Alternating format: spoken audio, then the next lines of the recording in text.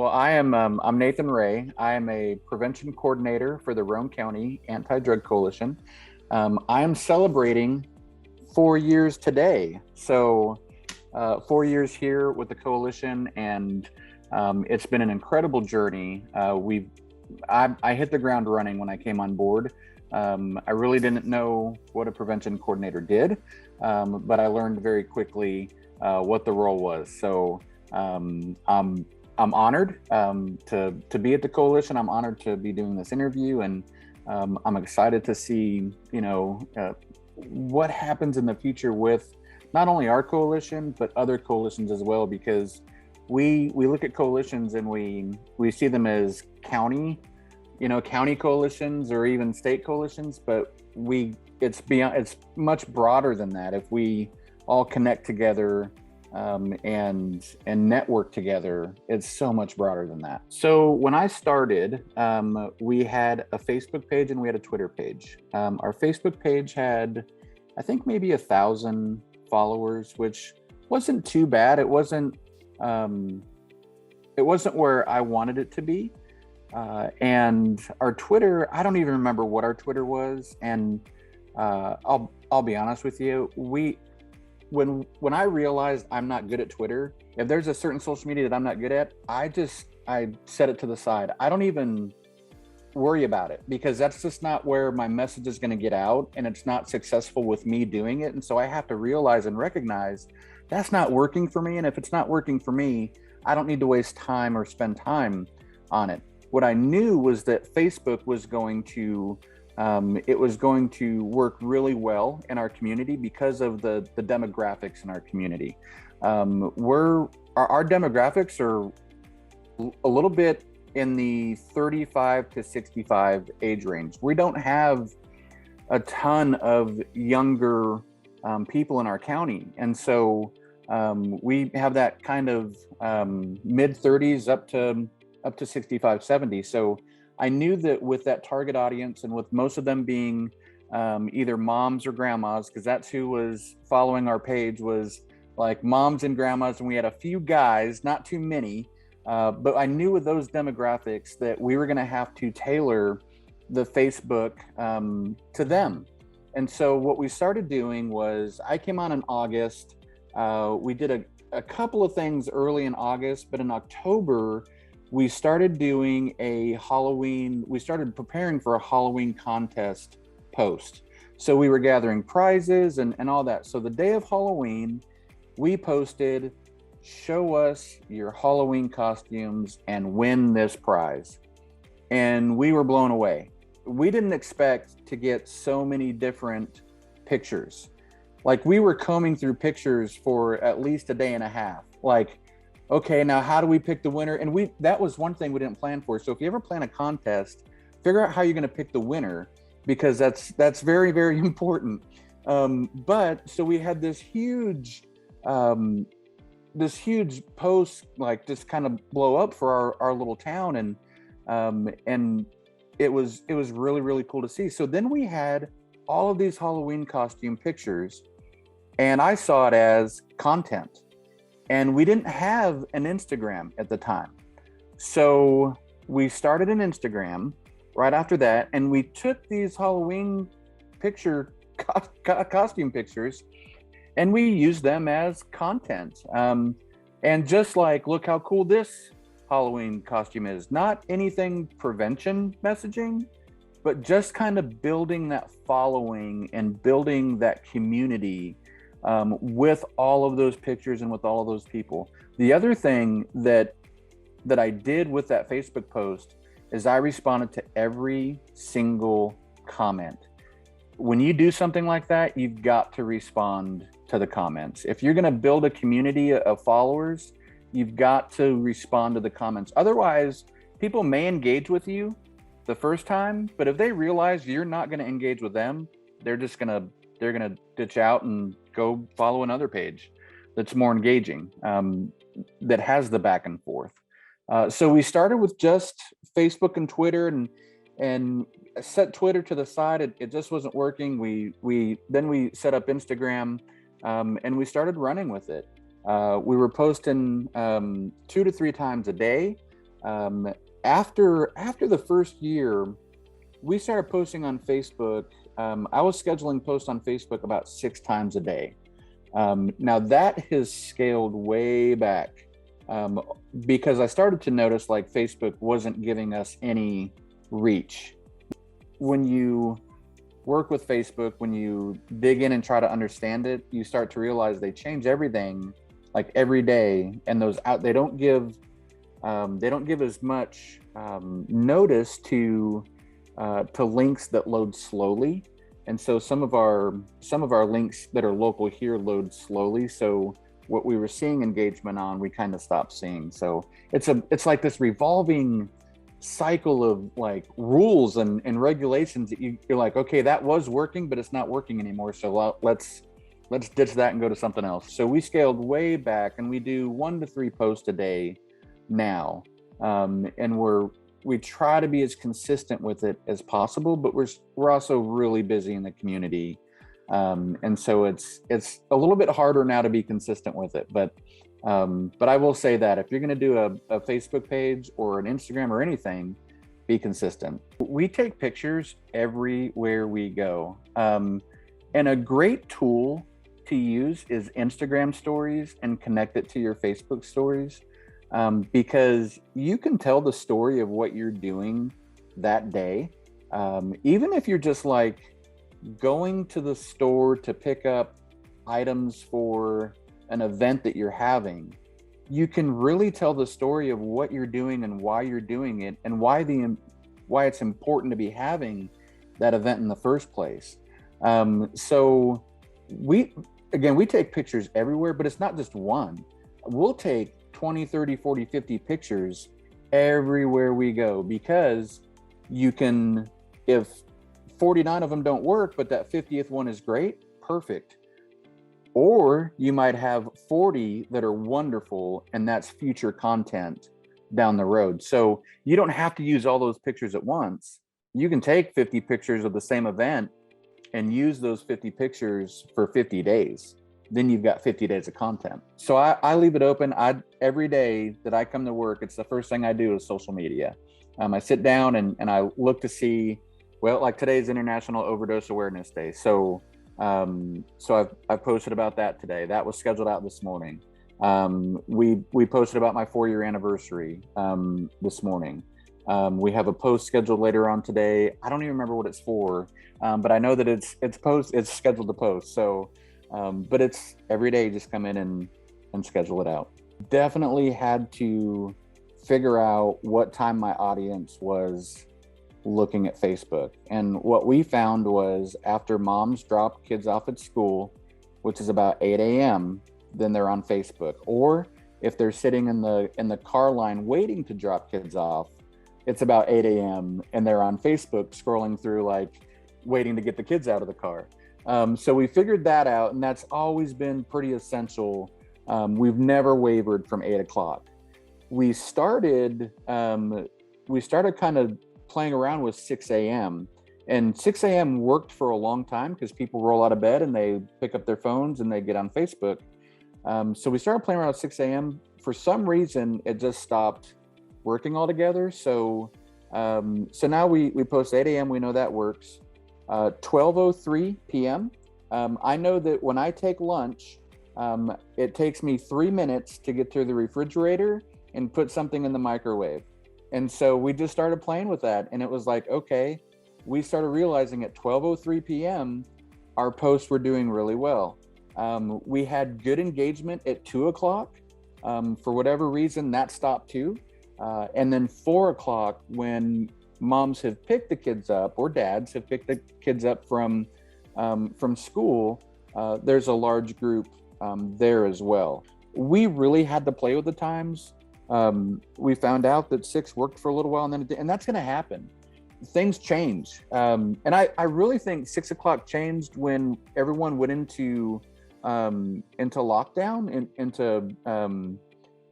into that, because nobody was getting up at 6 in the morning anymore. Everyone was working from home. So you've got to play around with the times. And if it's not working, don't beat yourself up about it. It's just not working. try a different time, or you know, even a day. A different day might work for you. Funny, because we used to gauge it by organic reach.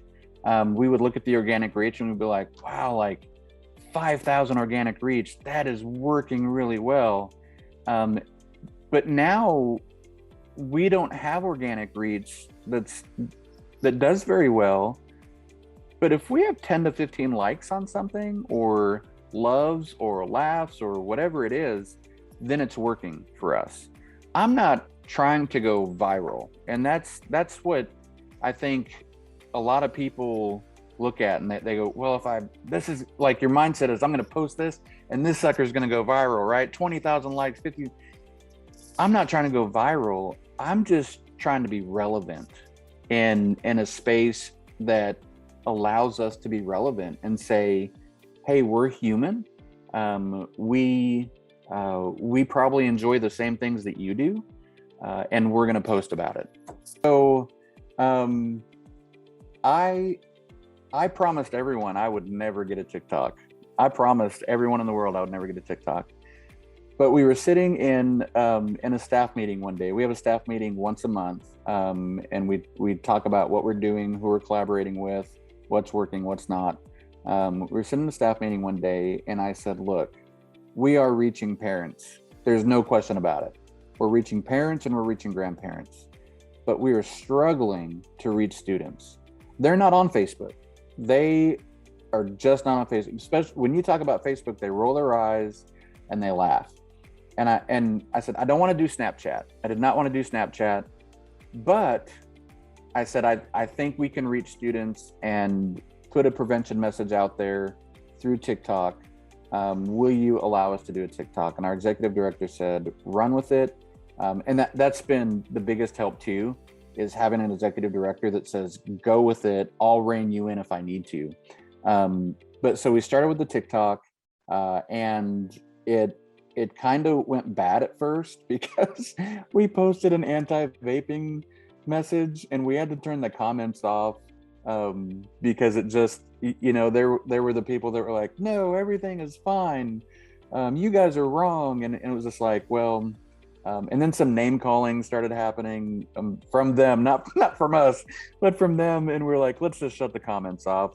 And then we're like, okay, let's take a look at TikTok again and see, how do we send out the message of prevention without, I'll say, if anything went viral, it was that TikTok that did. But we kind of sat down and said, how do we scale this back, and how do we still do prevention but make it fun? And so we kind of revamped our TikTok and did that. That was, it was a little tough, but we turned our TikTok into more of, this is how our office works. This is who works in our office. These are some events that we do. Here's some of our crazy ideas. Missed it. You're doing great. I appreciate your team effort. Children. Some of them. Oh God, Robert's running. This way, behind the bar. That's a good shit, like. You're really good at that, just saying. I'm trying. Got it. Oh, come into the bar. Nathan! Oh no. Oh no. I'm hiding. We kind of geared it towards, here's who we are, and we do prevention. And we get to talk a lot now about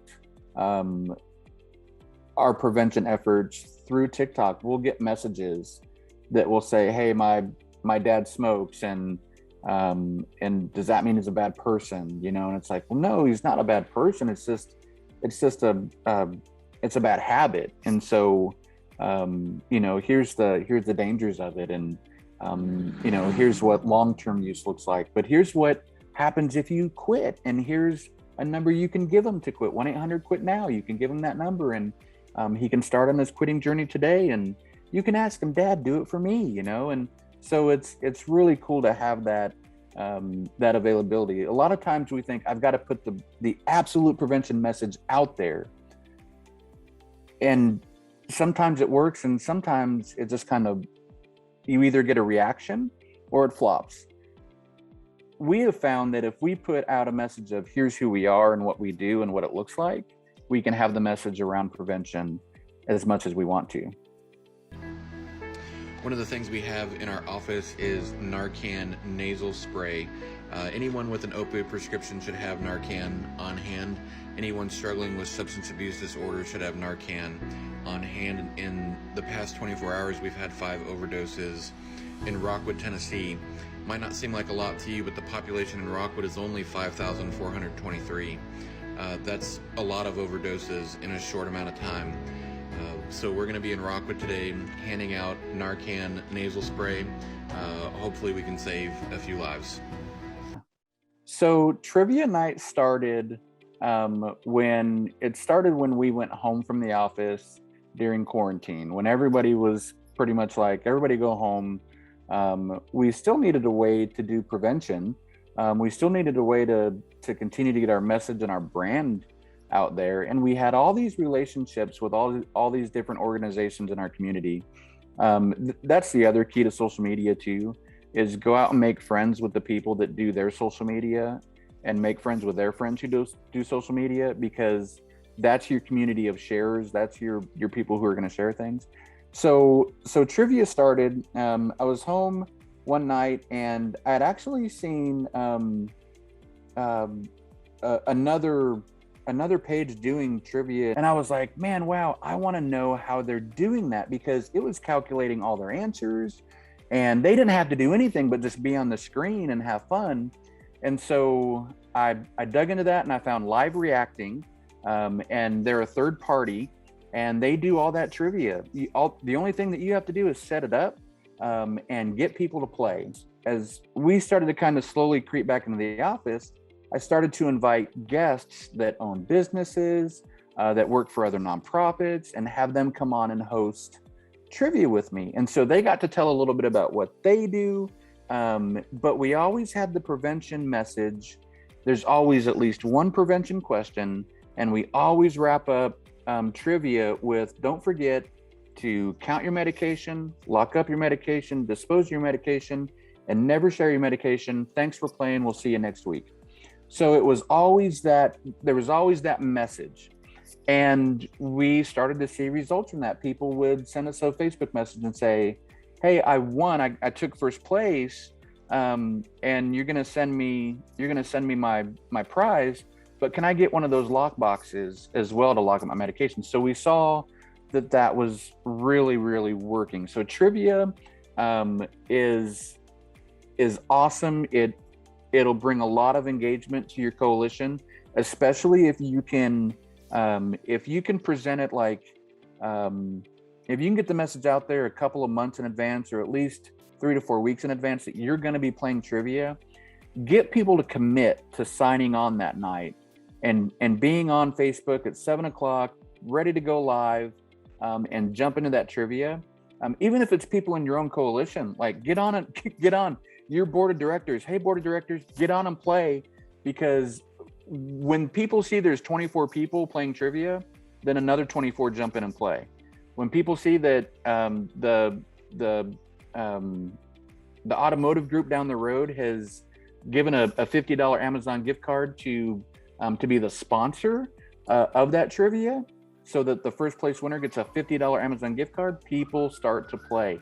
Work with your community, collaborate with your community. It's the best thing for your social media.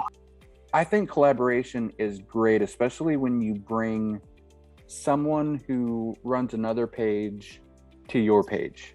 So maybe an interview to talk about what they're doing, almost kind of like a podcast style. I think that collaboration is wonderful. The difficult thing is when a page comes to you and says, hey, I've got a flyer, put it up for me. And it's like, it's not going to get, that's not what your audience is looking for. And it's not anything towards them. They don't have a lot of followers, and they're trying to get their message out. So a lot of times when they come to me with that flyer, I'll say, hey, come do trivia with me. And then we can get that collaboration going to where we tell the 40, 50 people that are playing trivia, hey, go over to this page right now, follow their page, like their event, make sure you're at their event or go to their event or sign up for their event, because that collaboration works better than just, here, take this flyer and put it up for me. The other thing too is we have a great relationship with the lady that does our school district's Facebook page. They have over 10,000 followers. They share our stuff all of the time. And it's because of that relationship that we have with her that we get that extra audience. And so collaboration is so important with, I mean, if there are other nonprofits in your area, go collaborate with them. Go talk to them about social media. Go ask them if you can interview them about what their organization is doing. When we collaborate and make it about somebody else, we get the benefits of it. And that's, we don't realize that sometimes, but when we make it about other people, you still get the benefits of it, especially if they're doing something amazing in the community. Collaboration is the key to social media. It's the key.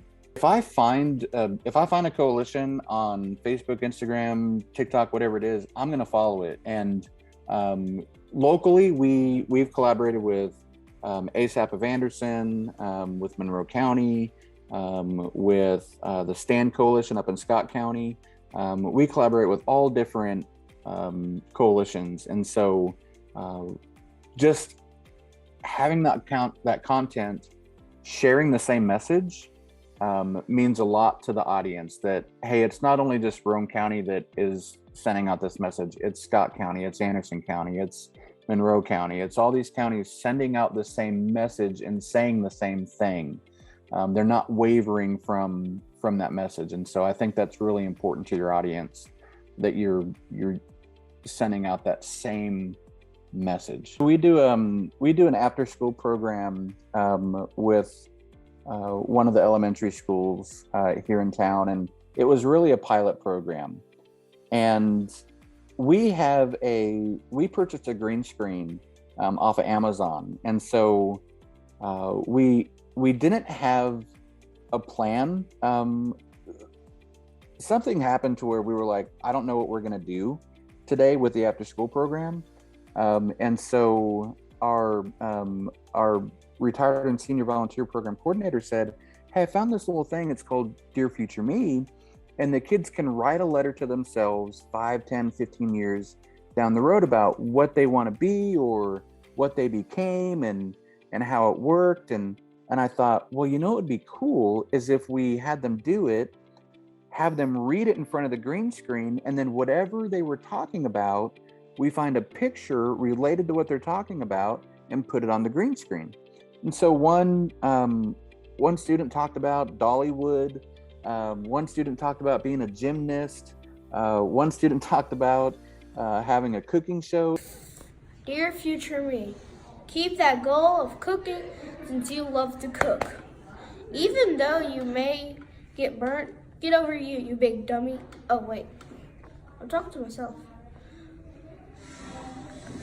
I mean, you're as smart as a 20-year-old me, because you are.